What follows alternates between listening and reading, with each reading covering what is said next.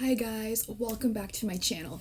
If you're new and you like to hear about opinions, reviews, analyses, and ramblings on films, books, and TV shows, be sure to click that subscribe button for more content from me. Happy New Year, guys. I hope 2024 has been treating you well so far.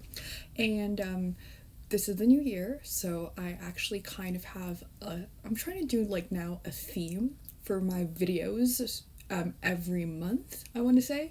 So this month is what I have dubbed as Percy Jackson month because yes, both of my videos this month will be on Percy Jackson. So with the show dropping last month and a new book, Chalice of the Gods, published back in September, I thought, why not? So today's video is my show spiel on Percy Jackson and the Olympians. It's going to be my thoughts on it as an adaptation, as well as my review on the first half, well, a little over the first half of the first season, which is the first 5 episodes, because I am recording this Wednesday afternoon, and I watched episode 5, which just dropped last night. So let's get into it. First thing you should know about me is that Percy Jackson is my childhood. Listen, I was completely and utterly obsessed with the series since I first read the books back when I was in the 5th grade. And I continued reading it all the way up until Heroes of Olympus, and I think I even read the first book of the Trials of Apollo series. So Rick Riordan, it's Riordan, right? I don't know, some people pronounce it as Riordan, I say Riordan. He's one of my all-time favorite authors, and he's honestly one of my biggest inspirations in writing as well. So I have mentioned in a previous video, because I also did a video on the Percy Jackson movie. I just did the Lightning Thief, not Sea of Monsters. So that's actually how I got into the books, was because I saw the movie, I got curious, and then I started reading the books.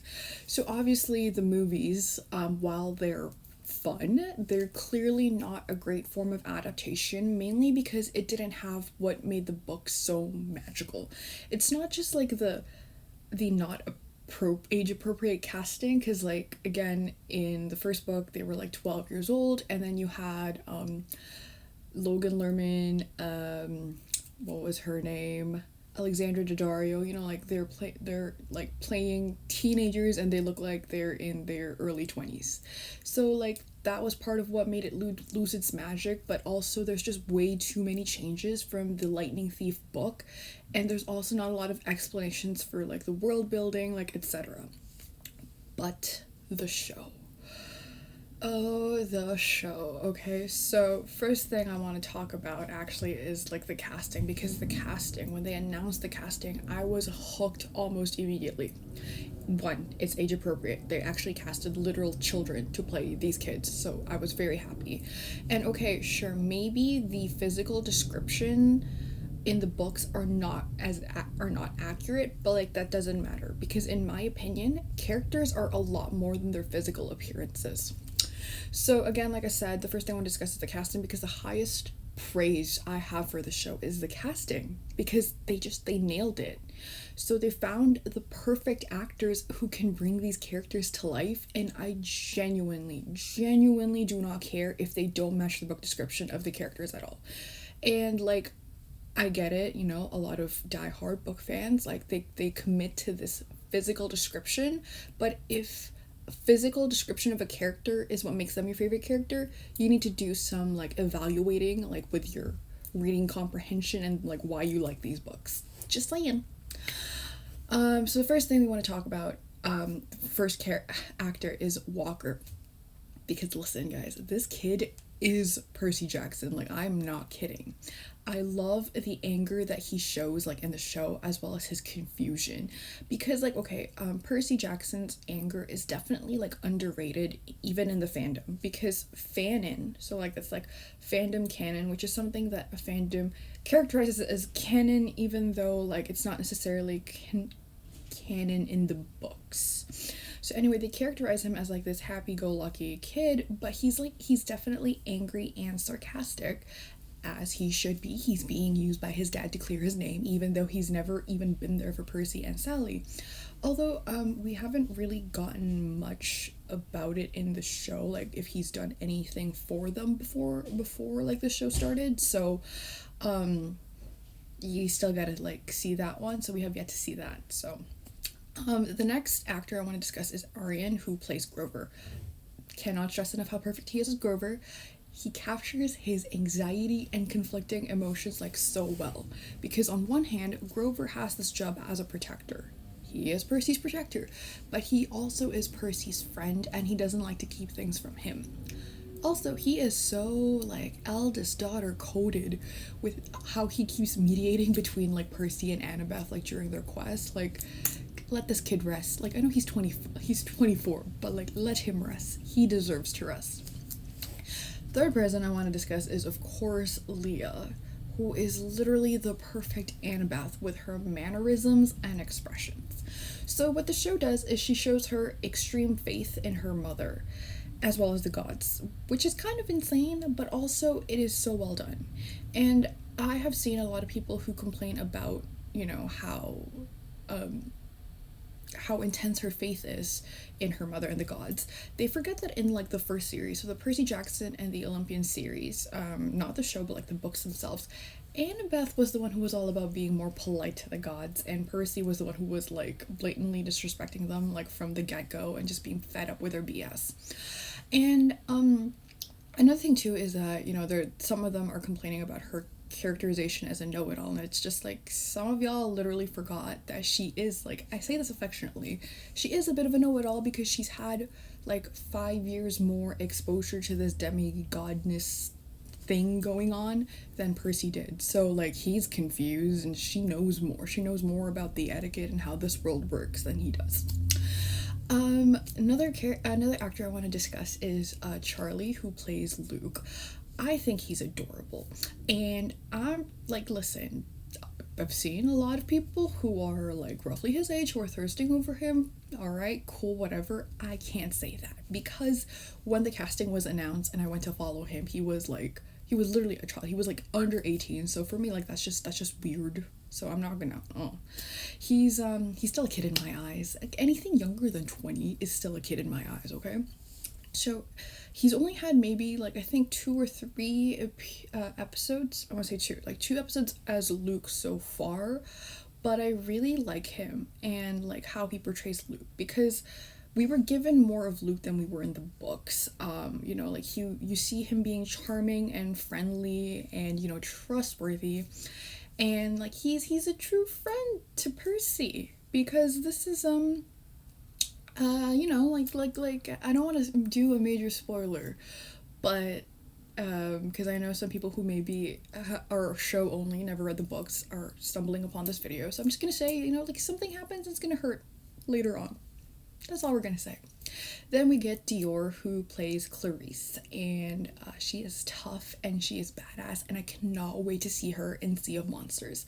So I also liked, actually, is that they made this minor change from Clarice being just like this regular bully who, you know, gives new campers swirlies as an initiation thing, to thinking that like Percy was lying about killing the Minotaur like for his own glory. So Cleos was one of the things they discuss in the show, so, which is why she goes after like Percy. I like that change, because then it gives her some depth that this is not just like her being like a bully. She's a bully because she thinks he's lying about, you know, killing a monster so that way he can get glory and his dad will pay attention to.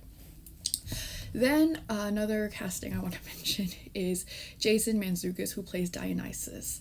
So Jason Mantzoukas, I loved him in The Good Place and Brooklyn Nine-Nine. Love you, Adrian Pimento. And his casting as Dionysus was on point. He's sarcastic. He's so funny. So like that scene where he first meets Percy, obviously calls him Peter Johnson, but then he's like, I'm here for my dad. And then Dionysus goes, son? and Percy goes, Dad? Like, that was straight up the funniest thing. I was dying of laughter, okay? Also, like, Manzukis's, like, mannerisms are very good, like, as the god of wine and madness. That's another thing people tend to forget about Dionysus, is that he's not just the wine god, he's also, like, the god of madness. And, someone on Tumblr actually posted, because I like to go through the Percy Jackson tag after, like, the episodes are dropped, just to see, like, what other people are, like, saying, their analyses, that sort of thing. So they said that, like, in his previous role, so like I said, like in Brooklyn Nine-Nine, in The Good Place, the madness in his characters is more of like a silly, like, madness, you know, like, it's like you don't take that madness seriously. But as Dionysus, he has these certain mannerisms and expressions that are very, like, genuine, scary madness as opposed to silly. And, like, I was like, I have not known peace ever since I read that post. So the next thing I want to discuss about the show is actually the way they expanded on the relationship between Percy and Sally. And listen, I love this because just the fact too that the first time we see Sally on screen, like, even if it was a flashback, was that they were at a museum in front of, like, the statue of Perseus, and he's holding up the head of Medusa, and she says something along the lines of, like, not everyone who looks like a hero is a hero, and not everyone who looks like a monster is a monster. So this was not included in the original book, but it is so important thematically, like, throughout this entire series. And it's not just with, like, Medusa and Perseus, even though that's what they were talking about, but it's also about, like, the gods themselves, like, when you think about it. And then when she's dropping him off, like, well, not dropping him off, yeah, dropping him off at camp, and they're being chased by the Minotaur, and she's doing her last stand, she says, "Hold fast, brave the storm." And what if I died? What if I died after that? I was not okay. Like, the way I was reacting when the first 2 episodes dropped, like, you'd be like, this girl is unhinged, she's not okay. I was not okay. But that was such a great addition too. Like, it has, like, such a great meaning now, because obviously it's paralleling the original hero Perseus and his mother, who is like, okay, as long as we have each other, like, we're gonna get through this. And that's just, like, such a beautiful parallel with Percy and Sally, who only really have each other too. And then there's also, like, that emphasis on Percy being his mother's son, because he loves her more than anything in this world, and until Grover, she was the only person in his life who loved him unconditionally. She also raised him to be the good person that he is. And so every time I just see, like, this reference now to their closeness, like, I get so emotional, because it is truly such a heartwarming relationship, and, like, you just see how close they are. So another thing I want to discuss actually is the Medusa storyline, like, having a minor change. So this is one of the changes I love, because in the book, like, you know, obviously they just had Medusa. This was written back in 2005. She's just a regular monster. But in recent years, there has been a surge in Medusa being seen as a survivor and not a monster. And just as a quick aside, in case you guys weren't familiar, so in regular, well, obviously myths have, like, a lot of versions, but in one version, Medusa was the one who had supposedly seduced Poseidon in Athena's temple. She obviously, Athena was, like, insulted, and she cursed Medusa so that way no man would ever touch her, you know, turn them to stone, that sort of thing. But other myths say that Poseidon engaged in non-consensual relations with Medusa at Athena's temple, and as it was said in the show, Athena still punishes Medusa instead of Poseidon.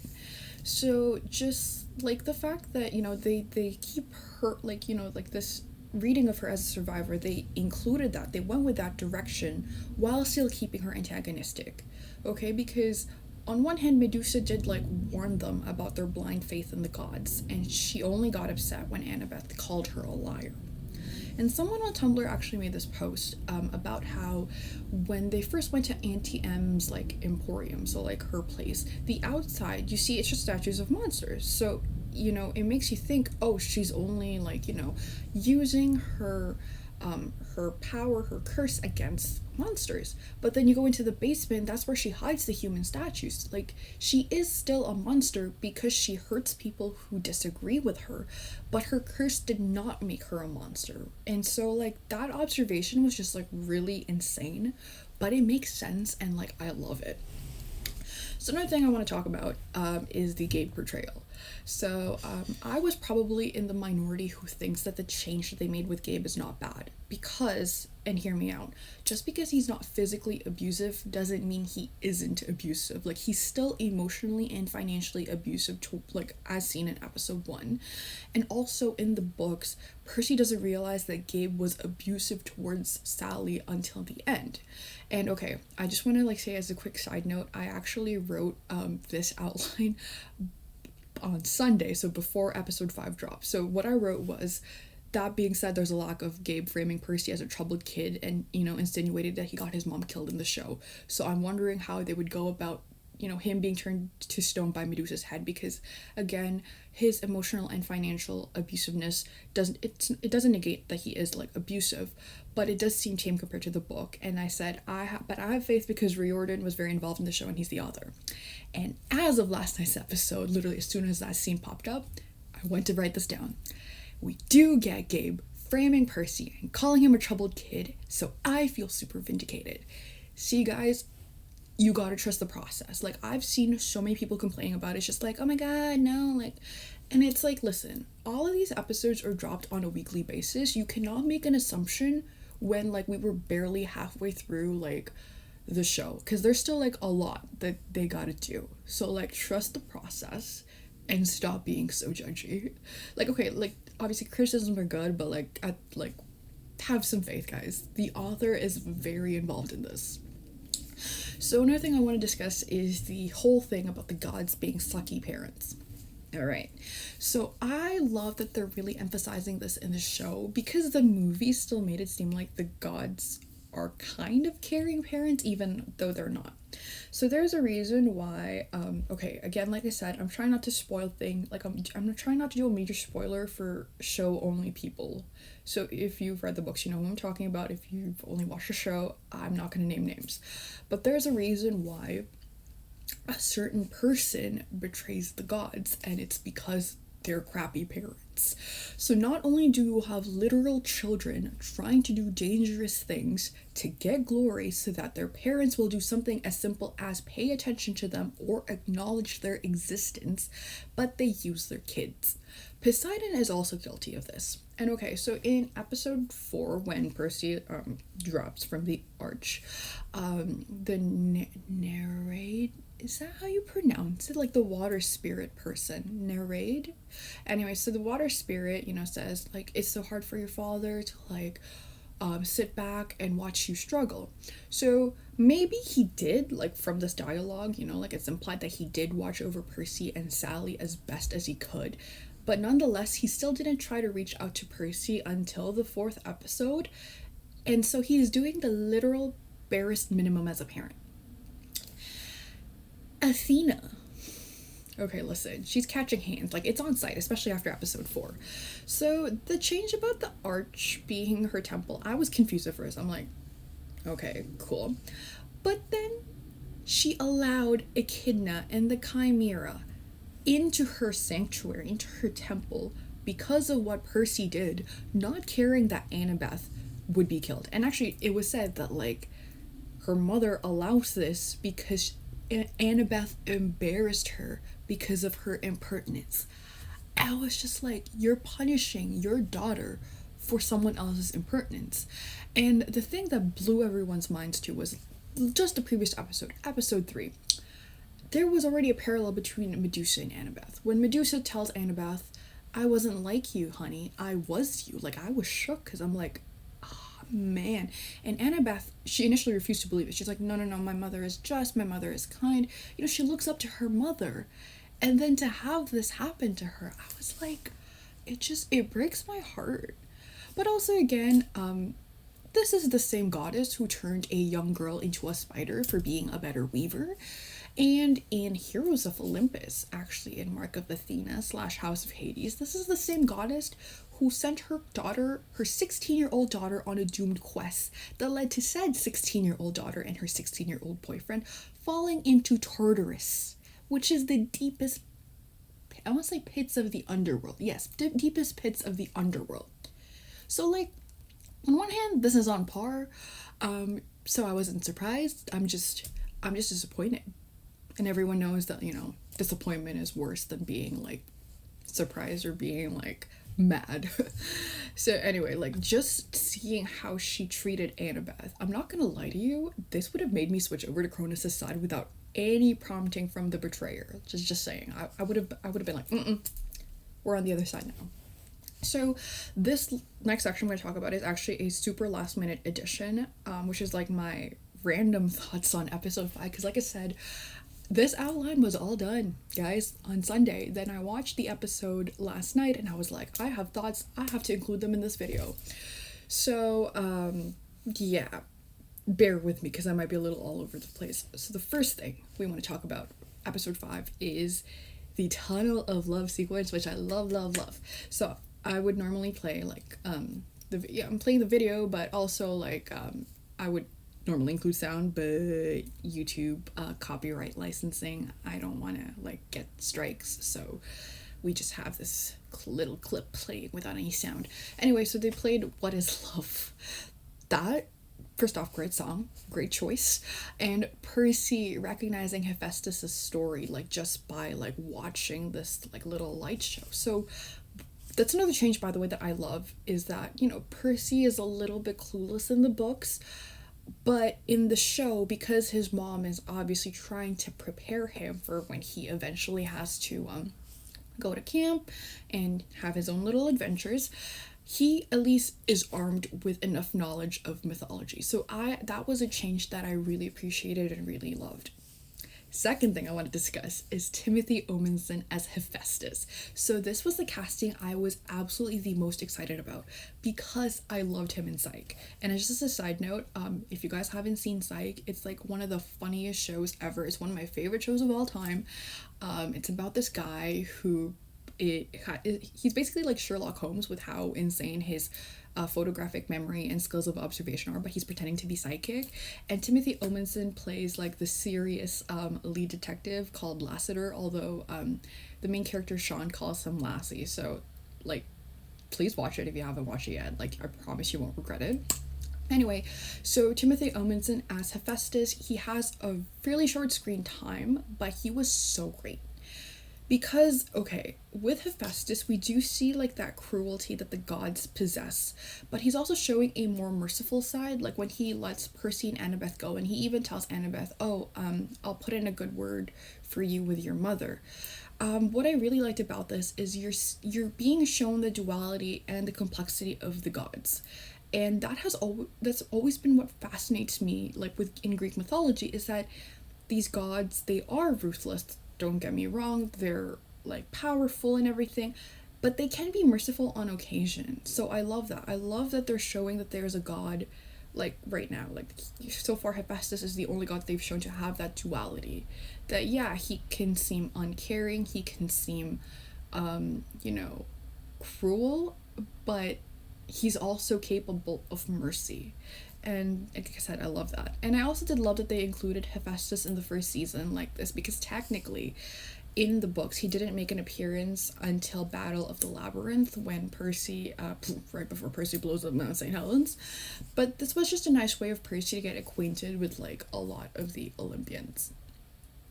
So another thing I wanted to discuss was actually the fact that they obviously made a bunch of changes to the Waterland Park sequence, was that they separated Grover from Percy and Annabeth, and he stays with Ares. So then I was watching him talking to Ares, and I'm just like, Grover, babe, what are you doing? But then he's being like so manipulative, and I'm like, I love it. Actually, I'm just watching this, I'm just like, this is actually like really smart of him. Like I vibe with it. I vibe with that change. And speaking of Ares, so Adam Copeland, he's the guy who plays Ares. amazing casting, amazing casting. So he's like being a little shit in the show, and he's shown as like being rough, aggressive, and snarky, which is straight out of the books. And I love that he's like easily flattered, and so he's let a few things slip in his annoyance. Wink, wink. And then of course we get Percy threatening Ares, and I'm like, that is my seaweed brain. And that being said, it is objectively hilarious because it's like, Ares, sir, you are an immortal god of war. You're beefing with a 12-year-old, like, get it together. And speaking of seaweed brain, of course I have to mention it, like, that seaweed brain mention, I'm not kidding, guys, it made me lose it. I had to physically pause the show and give myself a minute because I had to scream into my pillow. I'm just like, oh my god, she said it, oh my god, like I was dying. I was full on like losing it. I'm not even sorry that I can't be normal about the show, and I'm not sorry for it. I'm not normal about the show, and I'm proud of it. And then that ending, I need the new episode like now. I can't wait for another week because, like, on one hand, obviously I know who Lightning Thief is. I've read the books, but I want to know if they're trying to go with another red herring, because it's like, does he really know or does he think he knows? You know, like, it's just, oh, it's insane, guys. Like, I love this. I love this change. It's, ooh. Anyway, so we're getting next week Las Vegas, aka the Lotus Casino. Exciting. So I know, like, a lot of the girlies, like me, we might see a Nico or Bianca D'Angelo cameo. And we also get more Hermes. So actually, another thing about Hermes, before I move on to the next part, is that he doesn't actually make an appearance in the series until Sea of Monsters. So again, him and Hephaestus are like two of the gods that we don't really we're technically not supposed to be shown these guys until like later on in the series, but I don't hate the fact that they're introducing them early enough, because then it also gives us more chances to see them, to interact with them, like Percy to interact with them like in like the show, and to see how they would change. Because I feel like honestly Hephaestus is one of those gods that was criminally underused in the first series, like Percy Jackson and the Olympians. Even in Heroes of Olympus, I think he only made like one appearance. Yeah, anyway, sorry, I'm literally like thinking ahead now. So the next thing I want to discuss, actually, my one and only critique of this entire show is the pacing. Because listen, the book Lightning Thief has about 20 chapters, and I think the rest of the books have about 20 to 30 chapters if I'm not mistaken. And the show is limited to like 8 episodes, so a lot needs to happen. And so the pacing just feels off because they're trying to cram as many chapters as they could in like an episode. So I think it's like 2 to 3 like chapters of a book in one episode, and so like it feels a little off. And so the show itself could actually benefit from having more episodes. Like maybe instead of just 8 episodes, you could go for 10 to 15, just so it's like even like more evenly paced and like it just doesn't feel off. But like again, that's literally my only critique of the show. And final thing I want to discuss is actually just my journey with Percy Jackson. Because, like, listen, I read the books, like I said, at 11, and now that I'm, I was 23 when the show first dropped, now I'm 24 now because I just had my birthday. I'm watching the show now, and it's a complete shift in mindset. Because, like, listen, 11-year-old me was living for it and thinking it was so cool that, you know, you get to go on these solo quests without parental supervision across the country. And obviously, like, Percy, like, gets older, like, he's 12, 13, 14, 15, 16, and even in his teen years, I still think it was, like, cool because I was, like, 12 to 13 when I read the rest of the series, and Heroes of Olympus, too. Like, I was in that age range. Now, 23, 24-year-old me is just like aghast. And yes, I'm using a big word, aghast. Because, guys, I'm yelling at the screen like he's a child. And it's just insane because 12 is still just a kid. And I think a lot of it has to do with the fact that these actors look their age. And it makes me go crazy because they're tiny children. They're literal children. You want to protect them. And you're completely upset at the gods for making these kids fight for their lives. And then I realize that is the point. You're supposed to be upset with them. The only reason Percy fights for them is because they're the lesser of two evils, like with the Titans in play. And I just feel so strongly about this, and I really do think that it's insane the way that my mind is that like shifted from when I first read these books as a kid, and now that I'm like 24, so I say like double their age, right? I'm just like, no, like this is not okay that they're doing this. Like I know, like obviously that's the whole point of like fantasy adventure books. Kids go on these adventures on their own, but still they're children. They are children. It's insane. So another final note. I have so many final notes. But my final note is that an adaptation should not be word for word. This adaptation is not word for word, and it should not be word for word. And let me explain why. So recently, I have just submitted my application to film school. I got in, and one of my portfolio requirements is actually to do a 12-frame storyboard. So I'm like, okay, I'll adapt one of my stories into the storyboard. It is not an easy thing to do. It is damn near impossible to do it like beat for beat. Okay, and let me tell you why. Stories and novels, they rely heavily on monologue, and those do not translate well into a screen adaptation. So again, I've said I read a lot of people's posts, I've seen a lot of people's comments and takes, and have read some people who said that they wanted Percy to do more voiceovers like Joe in the show You. And while I get it, I understand it, it won't translate well with too much voiceover, because this show already has a lot of dialogue, and there's no need for the voiceover because Percy is not stalking or staring at people the way Joe is, you know? So that's just like my 2 cents on this whole like adaptation. Like a lot of people are getting mad about certain things not being in the show, and it's like a lot of it's like really small things that's not going to change anything. So it is not easy to do a book to screen adaptation. I'll admit I used to be guilty of being like, why can't they just do it word for word? Now I understand why. I am in a special position where I can understand why. And it's because, like I said, I read books, I'm an English major, but I'm also wanting to like make and produce films and like TV shows, and the change in medium is just, it is really hard.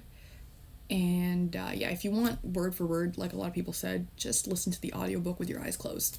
There you go.